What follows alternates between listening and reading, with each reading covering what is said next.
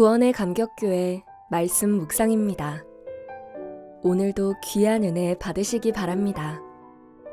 오늘 우리에게 주시는 하나님의 말씀은 이사야 46장 1절에서 13절입니다.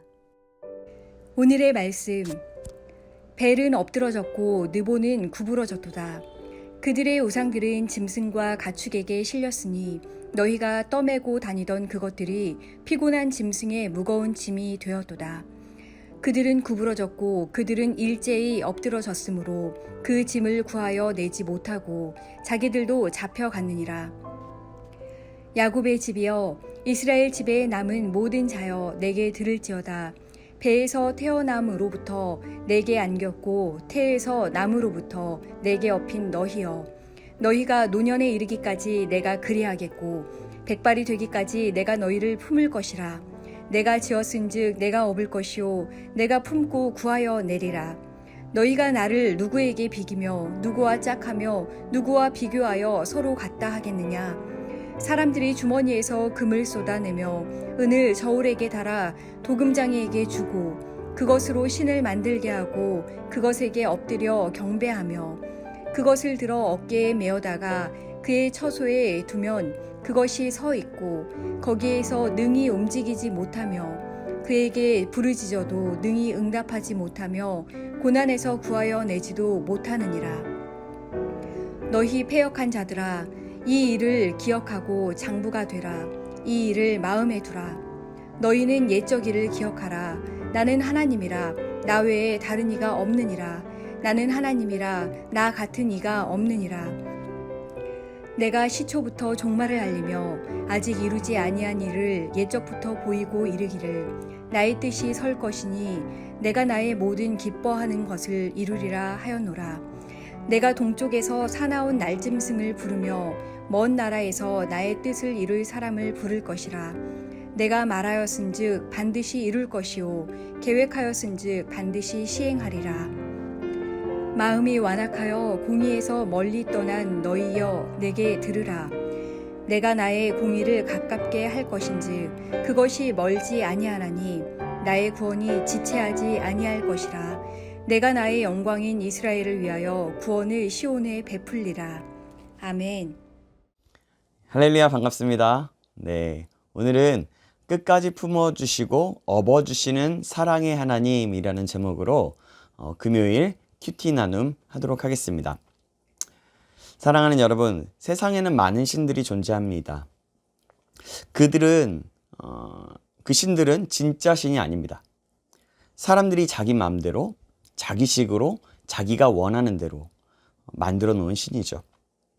이스라엘이 광야 생활을 하는 가운데 모세가 십계명을 받으러 갔을 때 하나님이 안 보이고 모세도 안 보이자 불안해서 금으로 황금 송아지를 만듭니다. 그리고 그것을 하나님이라고 말하며 신으로 삼았습니다.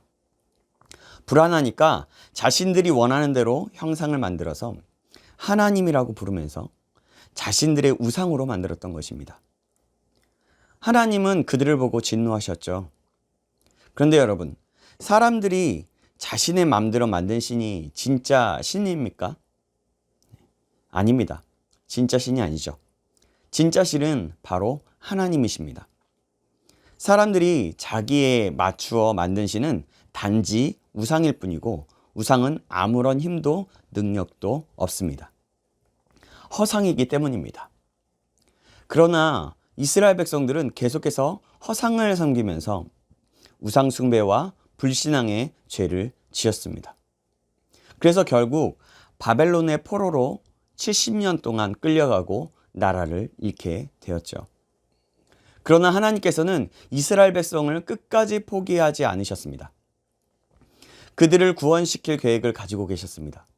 그 계획은 바로 바벨론의 멸망이었습니다. 하나님께서는 페르시아의 왕 고레스를 들어서 쓰시고 바벨론을 멸망시킵니다. 놀랍게도 고레스 왕은 하나님을 믿지 않는 사람이었지만 하나님은 그런 사람들까지도 사용하셔서 자신의 일을 이루신 것입니다. 사랑하는 여러분, 이스라엘 백성들은 우상숭배의 죄로 나라를 잃게 되었죠. 그렇죠? 이스라엘을 다스리던 바벨론 역시 우상숭배가 만연해 있었습니다. 사실 이스라엘이 바벨론의 영향을 받았던 것이죠. 왕의 이름에도 자신들의 섬기는 신들의 이름을 넣으면서까지 하나님께서는 그 모습을 보면서 진노하셔서 그들의 신을 치십니다. 그들의 신의 이름은 벨이라고 하였고 느보라고 하였습니다. 벨이라는 신은 어떻게 생겼냐면 우리 사진에 한번 보시죠. 사진 한번 보시면 이렇게 생겼습니다. 예, 무지막지하게 생겼죠. 왼쪽에. 느보신도 한번 볼까요? 느보신도 보시겠습니다. 느보는 이렇게 생겼습니다. 자, 여러분 보시니까 어떻습니까? 형상화된 우상 참 별로죠. 그런데 그들은 이런 우상을 숭배해야 합니다. 안타까운 일입니다. 바벨론의 마지막 왕인 벨사살 왕도 벨이라는 단어를 사용했고 느보는 벨의 아들 학문이나 천문학을 상징하는 우상입니다. 느보의 이름을 딴 왕이 바로 느부갓네살 왕이었습니다. 자료를 보면 그 신상의 높이가 5.4m나 되었다고 합니다. 그때 당시에는 어떤 절기가 되면 가축들이 끄는 큰 술에 거대한 그 신상을 싣고 도시를 돌아다니면서 축제를 벌였다고 합니다.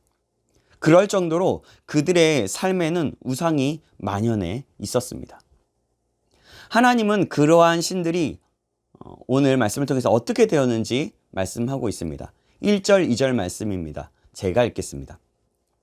벨은 엎드러졌고 느보는 구부러졌도다. 그들의 우상들은 짐승과 가축에서 실렸으니 너희가 떠매고 다니던 그것들이 피곤한 짐승의 무거운 짐이 되었도다. 그들은 구부러졌고 그들은 일제히 엎드러졌으며 그 짐을 구하여 내지 못하고 자기들도 잡혀갔느니라. 아멘. 바벨론의 대표적인 신들이 어떻게 되었는지 2절 앞부분에 보니까 그들은 구부러졌다고 표현하는데 세 번역에 보니까 한꺼번에 넘어지고 고꾸라졌다라고 말씀합니다. 신이면 자신을 구할 수 있어야 하는데 자신들도 구하지 못했던 것입니다. 7절은 또한 이렇게 표현합니다.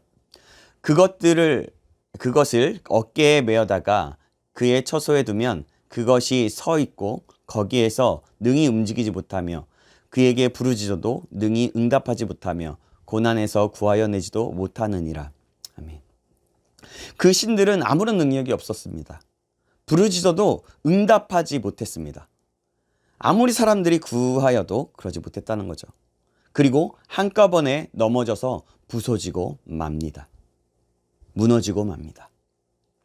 하나님은 바벨론을 이스라엘을 구원하시기 위해서 멸망시키기도 하셨지만 우상 때문에 멸망시키셨습니다. 사랑하는 여러분, 하나님은 이렇게 우상을 싫어하십니다. 싫어하셔도 너무 싫어하십니다. 그래서 우상을 섬기는 자들에게 말씀합니다. 이전에 하나님께서 하셨던 위대한 일을 기억하라고 말씀합니다. 9절 말씀인데요. 제가 읽겠습니다. 너희는 옛적 일을 기억하라. 나는 하나님이라. 나 외에 다른 이가 없느니라. 나는 하나님이라. 나 같은 이가 없느니라. 아멘. 이전에 이스라엘을 구하셨던 하나님, 출애굽시키시고 가나안을 정복하시면서 모든 이방 나라들이 하나님 외에 다른 신이 없다고 말씀하신 그 하나님을 기억하라고 하십니다. 그렇습니다. 하나님 외에는 다른 신이, 다른 이가 없습니다. 그렇다면 여러분 우상은 뭡니까? 예전엔 형상으로 만들었지만 지금으로 말하면 하나님보다 더 사랑하는 것이 우상입니다. 하나님보다 더 많이 생각하는 것이 우상입니다. 요즘 우리 시대에는 그렇게 예전처럼 형상화된 우상은 점점 힘을 잃고 있습니다.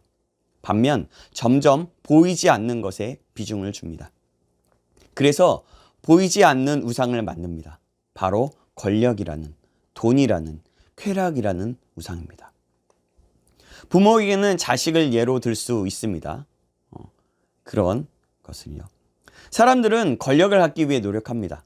그리고 돈을 갖기 위해 노력합니다. 오죽하면 한동안은 개처럼 벌어야 한다고 하지 않았습니까? 돈을 벌기 위해서는 몸까지 파는 시대가 지금 이 시대입니다. 쾌락을 얻기 위해서는 혼외 관계에서도 성적인 관계를 맺기도 합니다. 자신이 즐기기 위해서. 사실 그 중에서 가장 큰 것은 돈이라고 말할 수 있습니다. 왜냐하면 돈만 있으면 모든 것이 다 가능하니까요. 자식도 마찬가지입니다. 내 몸으로 낳은 자식이 하나님보다 먼저 될 수 있습니다. 그것이 바로 자식이 우상이 되는 것입니다. 정말 이 세상은 마치 바벨론과 같이 되고 있습니다. 우리는 이 시대를 살아가면서 이러한 보이지 않는 유혹에 넘어지기가 얼마나 쉬운지 모릅니다. 그래서 우리는 날마다 점검하며 모든 것의 해답이 되신 하나님 아버지 앞으로 몸부림치며 나아가야 합니다. 하나님을 의지해야 합니다. 우리 모두가 그런 사람이 되기를 주님의 이름으로 축원합니다. 아멘. 우리가 소망이 있는 것은 살아계신 하나님을 섬기는 사람들에게 새 희망을 주시고 지킬 것이라고 말씀하고 계신 그 모든 것들을 지킬 것이라고 말씀하신 하나님의 말씀 때문입니다. 그와 마찬가지로 하나님은 이스라엘의 믿음을 지킨 백성들에게는 새로운 희망을 주십니다. 3절에서 5절 말씀인데요. 제가 읽겠습니다. 야곱의 집이여 이스라엘의 집에 남은 모든 자여 내게 들을지어다. 배에서 태어남으로부터 내게 안겼고 태에서 남으로부터 내게 업힌 너희여 너희가 노년에 이르기까지 내가 그리하겠고 백발이 되기까지 내가 너희를 품을 것이라. 내가 지었은즉 내가 업을 것이요 내가 품고 구하여 내리라. 너희가 나를 누구에게 비기며 누구와 짝하며 누구와 비교하여 서로 같다 하겠느냐. 아멘. 하나님은 이스라엘의 남은 믿음을 지킨 자에게 말씀합니다. 마치 어린아이를 잉태한 어머니처럼 이스라엘을 태에서부터 안았고 업어주신다고 말씀합니다. 그렇게 날마다 돌보시고 품어주십니다. 4절에 보니까 노년에 이르기까지 백발이 되기까지 그렇게 품고 업어서 구하여 주실 것이라고 말씀합니다. 하나님은 어떤 것과 비교할 수 없으신 분입니다. 모든 것을 창조하시고 모든 것을 아시는 전지전능하신 분이기 때문입니다. 우리 인간은 하나님을 부분적으로 알 수밖에 없습니다. 그런 우리가 하나님을 온전히 안다는 것이 불가능하지만 우리의 인생을 다해서 하나님을 알아가기로 힘써야 하는 것입니다. 그래야 하나님이 원하시는 것을 더욱더 많이 알고 또 그 뜻을 이뤄나갈 수 있기 때문입니다. 사랑하는 여러분, 우리 모두가 우리를 도우시고 품어주시고 안고 업어주시는 돌보시는 하나님, 또 구하여 주시는 하나님을 기억하시기 바랍니다. 이런 하나님이 우리 하나님이십니다. 얼마나 놀라운 사랑이며 은혜입니까? 그 하나님이 우리의 아빠, 아버지가 되십니다. 할렐루야, 아멘. 이 하나님을 날마다 알아가는 그리고 감사하며 주님께 영광이 되는 삶을 사는 저와 여러분 되길 주님의 이름으로 축원합니다. 아멘. 사랑하는 여러분, 하나님은 하신 말씀을 모두 이루시는 분이십니다. 하시기로 결정만 하시면 바로 하시는 분이십니다. 이스라엘에게 구원을 베푸시고 우리에게 구원을 베풀어 주실 분이 바로 하나님이십니다. 코로나로 인해서 어려운 시기를 보내고 있는 우리입니다. 하지만 오늘 위로의 말씀을 주시고 계신 하나님의 말씀에 기울여서 하나님만을 의지하는 저와 여러분 되길 바랍니다. 하나님께서는 믿는 자들에게는 에도 말씀하셨지만 우상을 숭배하는 자들에게도 오늘 본문을 통해서 말씀하십니다. 이 말씀을 하신 이유는 무엇일까요? 그것은 바로 이 말씀을 듣고 사랑하는 자가 끝까지 믿고 따르라고 하시는 것이고 또 믿지 않는 자들에게는 이 말씀을 듣고서라도 하나님 앞으로 돌아오라는 말씀입니다.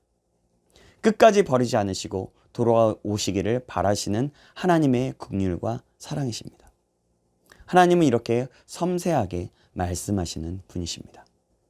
이 하나님을 신뢰하시는 저와 여러분 되길 간절히 소망합니다. 기도하겠습니다. 사랑하는 하나님 감사합니다. 오늘도 이사야서 말씀을 통하여 어렵고 힘든 시기에 우리를 끝까지 품으시고 업고 가시는 사랑의 하나님을 알게 하심을 감사합니다. 오늘도 우리를 품으신 하나님의 은혜를 생각하시면서 승리하며 살아갈 수 있도록 인도하여 주시옵소서. 살아계신 예수님의 이름으로 기도합니다. 아멘.